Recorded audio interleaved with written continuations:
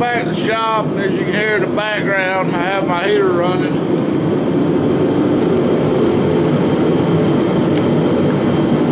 See it back there. Trying not to cool the edge off this thing. It's been freezing all day today down here in Georgia. I think the high today was like 27. And I've got to go home after a while and try to get a water line unfrozen in my house. I don't have any hot water right now. So we got to get this done pretty quick. But I thought I'd shoot some video while I was down here. I pulled this send unit off that old tank and it looked good. You know, it wasn't rusted up or anything. But when I checked this part here, it ain't communicating right. I don't know if I can put this in the video where you can see it. But you have a ground that would attach to this housing, and then this ground itself to this tube. And there's a resistor in here. As this moves, it changes resistance coming out of this plug right here. Let's see if I can get everything in there. This is a 1 right here. Now what I should be able to do is ground one of these here and one of them on this hickey here, and we should see some resistance. Right now it ain't showing anything, so it should say 0 if it was together. Right now it's open.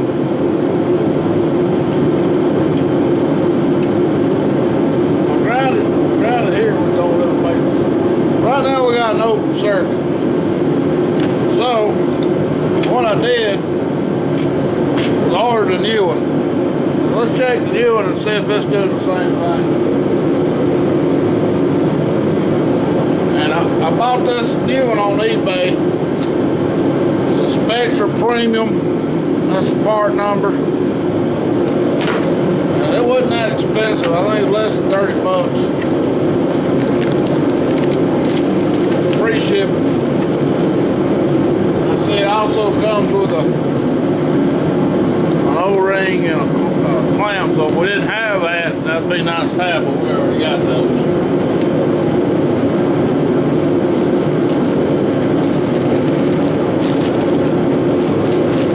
Get out the bag.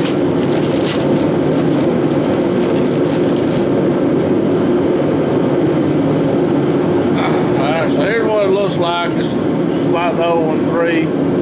Also comes with, already got the ground strap. It's connected right here. This connects to the frame, so that's nice. I was going to have to make one. And get this other plastic crap off here.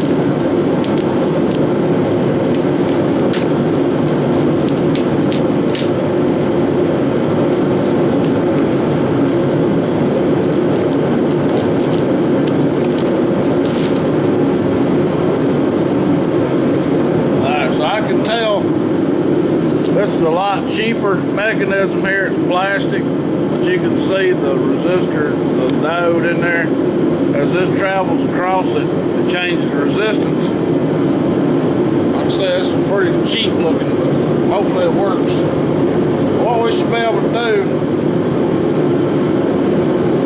is we get on this ground.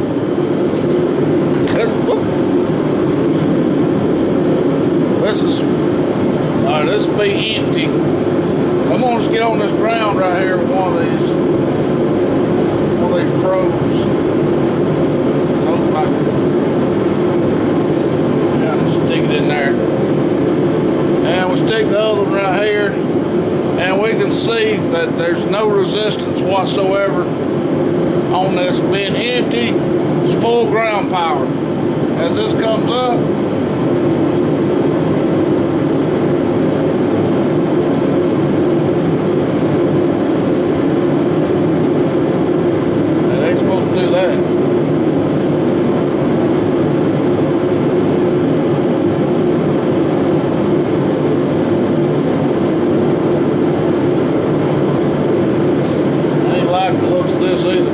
it does come up, but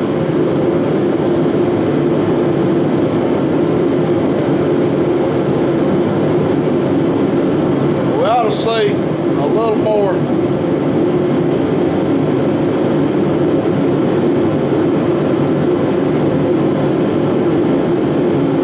I'll see a little bit more than that.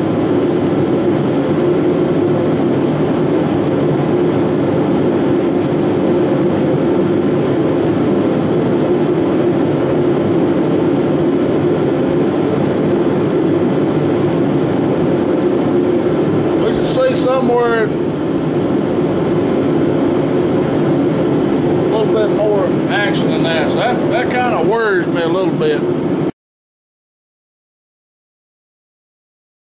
Well, I guess what I'm trying to say is hopefully the new one works, because it ain't giving me a whole lot of confidence. That's really pretty cheesy looking. Oh man, that's pretty cheesy looking, but what can you do? Maybe when gas gets in there, it'll help ground it out a little bit.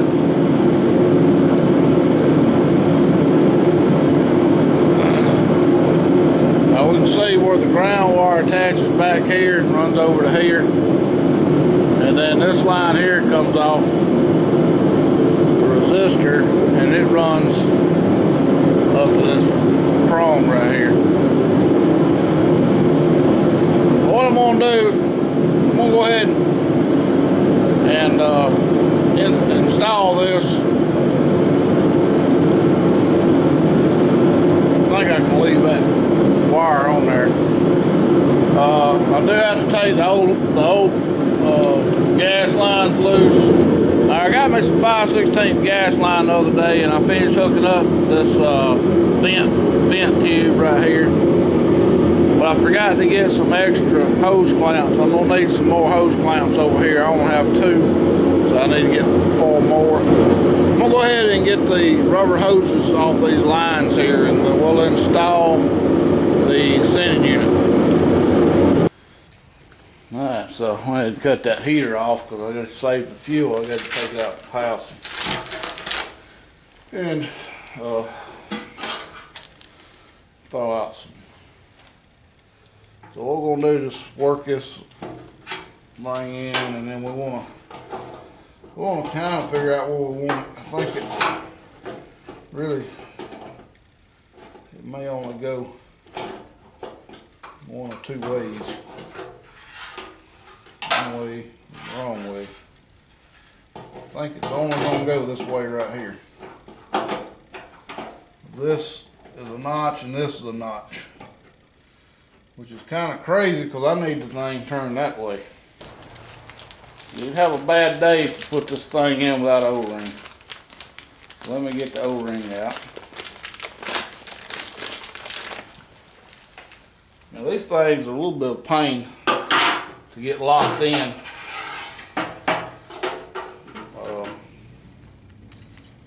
With this O-ring.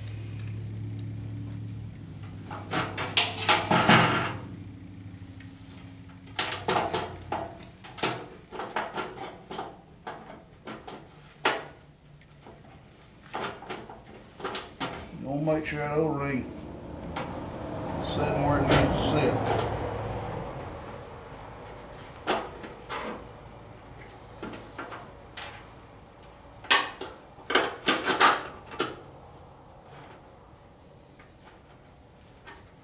Get you hickey started in all 3 tabs here. Get you something that you can drive with. I'm using flathead rubber mallet, and you just want to get on these edges right here. You don't want to bend.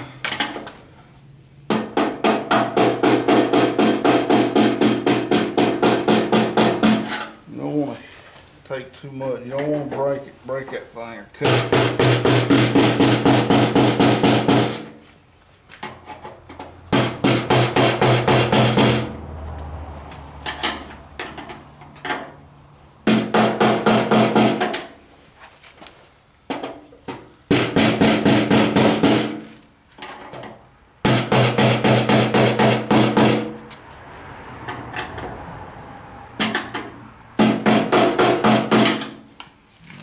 Get done, every one of these tabs should be touching That right there. And that baby's locked. I don't have a whole lot of this 1/4 inch left. Got a little bit of 3/8. When we're using some at the front. We'll go ahead and work that on. Work it around, see where it's going to end up at. I think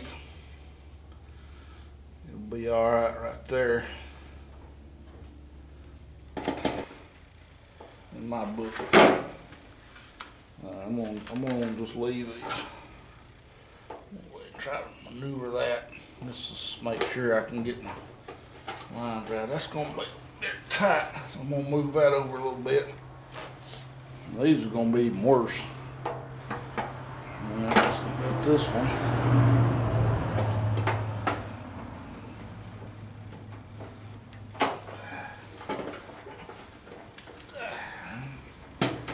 Then we're gonna have to make a really sharp turn. I don't like that at all.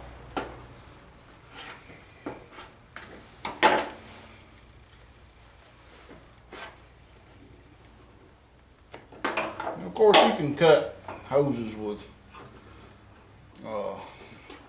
whatever you like, pocket knife or box cutter. It's all up to what you used to, what you like. This thing here is gonna be a bit of a damn struggle, I think. I got it on there. Of course, that's just the vent. And then, of course, the last thing is the return. You would think the return would be the vent would be the smallest, but actually the return's the smallest. Let's see if I can bend that over that way. Got that right about there. And I think on this one, I'm going to go ahead and put my hose clamps on, just because I've got them. At least get them on there before I stick this on.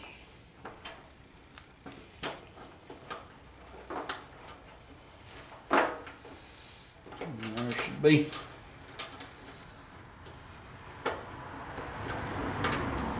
My hands are already getting cold.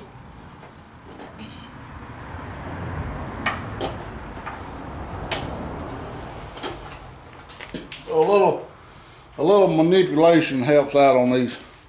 Luckily, you can bend those steel lines some to get lined up. Now, 9 times out of 10, if your sanding unit quits working, it's because this ground strap's either broke off or come loose or something. It's not grounding.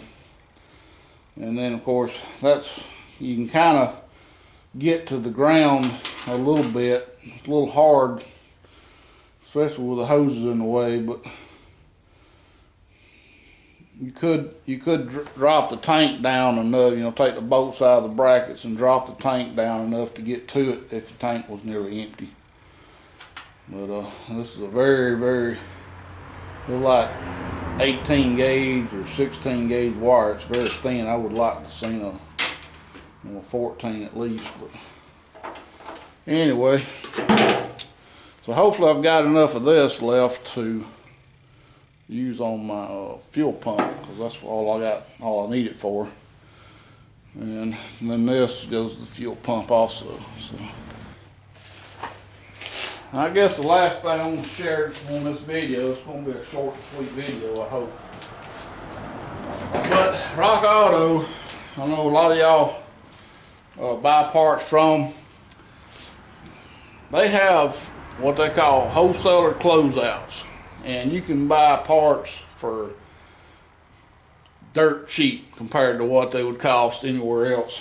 And so they sent me an email and let me know they had some closeout items for one that was really listed for my diesel truck. But since it's an 83, it shares a lot of the same parts as this truck would. I've decided to go ahead and buy some things. I went ahead and got some new headlights. These are low beams. These are like $3 a piece. And of course, you can see there's nothing fancy about them, but they're about $10 a piece at AutoZone, or anywhere else for that matter. Alright, I think I've already got some high beams, I hope. Now I bought some seals, and I couldn't tell you what's what, but I think this is that front pinion seal. It was like $3. And let's see, got some bearings. Now these go in the transfer case. This is the output shaft, or the input shaft bearing. So what I think I'm gonna do, since I went ahead and bought these bearings and bought some seals, more seals, and all these is for the transfer case, is I'm gonna go ahead and take that transfer case off and see if it needs any seals. Now I did notice that there's another bearing for the one input or output. But I did notice the oil in there was not the right oil. Somebody had put gear oil. And on a 208 transfer case, you're supposed to use automatic transmission fluid. Well, what happens is seals go to leaking. Here's a little bitty seal for something or other. Seals leak, and people, you know, with the transmission fluid being so thin, it's the same part number, about 2 of them. And then of course I got some turn signal lights, Wagner turn signal, and some exhaust donut gaskets. But what happens is over time your seals go to leaking, and since transmission fluid is very thin, it leaks out very rapidly through the seals, and people will just decide they want to put some thicker oil in there to keep the oil in there. But you're not doing yourself any favors if you're putting gear oil in a 208 transfer case, because it does not lubricate as good. The parts is not, the pump inside there is not made to pump gear oil, as far as I know. I may be wrong. If I am, you can tell me. I'll look it up. But I know it calls for ATF, Dextron, ATF fluid. And this is the second transfer case that I've fooled with that had gear oil in it. And this transfer case had very little oil whatsoever in it. So I figure I'm going to have to buy a gasket set with it too. But I thought I'd go ahead and tear it down and look at the bearings, because I'm afraid the bearings are going to be in bad shape since it's been run with the gear oil and run low with gear oil. And so it's good to go ahead and find it now before we put things in and then have to pull it back out, because these transfer cases are light enough that you can handle it. You know, you can pick it up and physically handle it and set it on there, whatever you need to do. I've done it on that diesel truck, so I know they're not hard to handle. Now, the transmissions are cast iron, gear driven transmissions, are very heavy, so we'll be using the cherry picker and the tractor to move it around. So right now it's a little cold to be fooling this stuff. Hopefully this weekend it's going to be raining. I ain't going to be able to put my engine all in like I'd hoped. But hopefully we can do something with the transfer case this weekend and see what kind of seals I'm going to have to buy for it. I may just buy the whole seal kit. And anyway, look forward to that. We'll either be putting the motor and transmission in, or we'll be working on transfer case, whichever, whatever we can do to get this truck moved on down the line, because I'm ready to get this cab in here. And again, the arduous work of sanding and prepping for paint. I know that's going to be a pain in my butt, but it's got to be done. So anyway, guys, thanks for watching. If you haven't subscribed, please do. Drop me a line, and I enjoy reading all y'all's comments. I try to respond to everybody's comments. And just continue watching. And if you don't like what I'm putting on there, drop me a line and let me know what you want to see. There's other things going on right now. Like I said, it's cold. There ain't a whole lot going on, but I can make some things happen. I did look at my dump truck the other day. You know, I hadn't cranked that dump truck in almost a year. And the last time I ran it, it ran hot. I checked the coolant level, and it was out of coolant. So I put coolant in there, and then the other day I checked it, and it was empty again. So I don't know what's leaking on there. I can't put just water in there because freezing weather don't bust my block. But I would like to use that dump truck before it gets warmer weather. So I've got to get a battery for it, and I got to figure out why it's leaking coolant. And we're going to get a video of it running, hopefully. Like I said, it ain't been cranked up in a year. And I'm sure the gas is pretty stale in it. But anyway, that might be coming down the line also. So stay tuned, and thanks for watching.